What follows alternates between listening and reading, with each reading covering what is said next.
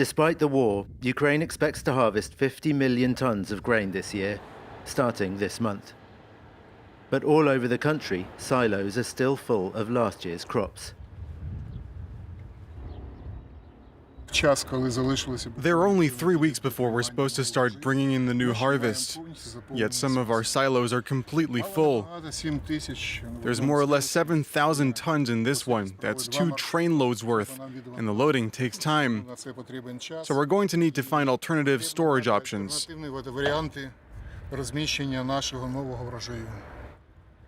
If time has run out, it's because the railway networks weren't designed to take Ukraine's farm produce out of the country over land. There isn't the capacity. Victor discusses the limited options with one of the company's managers. We've changed our sales strategy a bit. Before, I would look for a buyer and then sort out the logistics. Now we're first confirming the transport and then looking for a buyer. But look, I've got these contracts. Here are the volumes. The following day, 5 trucks arrive. But they can only take 25 tons each, a small proportion of even just what this one farm has in stock. To transport all the corn, wheat and barley currently stored in Ukraine, you'd need 1 million of these. We are now sending a few truckloads to Ukraine's land border. Normally, in peacetime, all of this would go by train and straight to the seaports. But today, all Ukraine's seaports are either occupied or blocked by Russia. Dozens of cargo ships have been stuck in their harbors since February. On this one Panamax ship, there are 28,000 tons of corn, and there are 8 more fully loaded ships of this type on this port alone. The corn, of course, may rot if it stays here.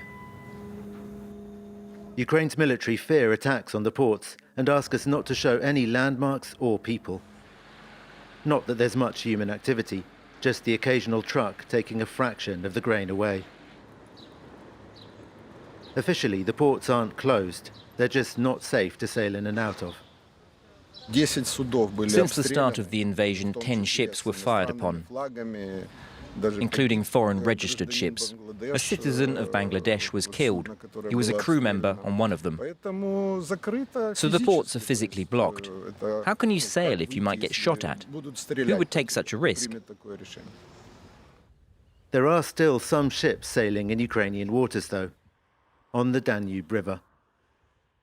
Some 4 million tons of grain have been exported this way since the invasion. For security reasons, filming the river ports of Reni and Ismail is banned, but they are today hives of activity. Ships sail up from Sulina in Romania, sometimes directly to the Ukrainian ports, sometimes taking cargo from barges, trucks and trains at the Romanian ports of Galați and Brăila, and then back out to sea. But on the day of our visit, barges that were expected at Brăila hadn't showed up. Where there's grain, there are pigeons. The barges are often very late because they spend 6 to 8 hours at the customs. For us, 8 hours is a lot because we could load 2 or 3 barges in that time. An EU pledge to cut red tape has so far produced few results. I've seen nothing concrete. The thing is, we want everything to be done correctly, but just for it to be speeded up. The papers must be done, the merchandise must be checked, but in a faster way. Paperwork isn't the only problem. The Sviator Georgi is making a stop at Sulina, finally. We waited 19 days to enter the river. Tomorrow we're going to Ukraine to load up with grain. One reason for the delays is a shortage of harbour pilots like Victor Luca. We have to sometimes go home and sleep and change our clothes. We can't work continuously, especially not at night. Because these ships are quite old, they're not properly equipped. Training extra harbour pilots would take 6 months, he says. So this ship and 2 others will spend the night here.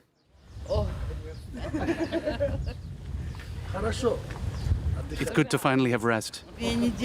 One time we waited 2 weeks. Another time, 1 week.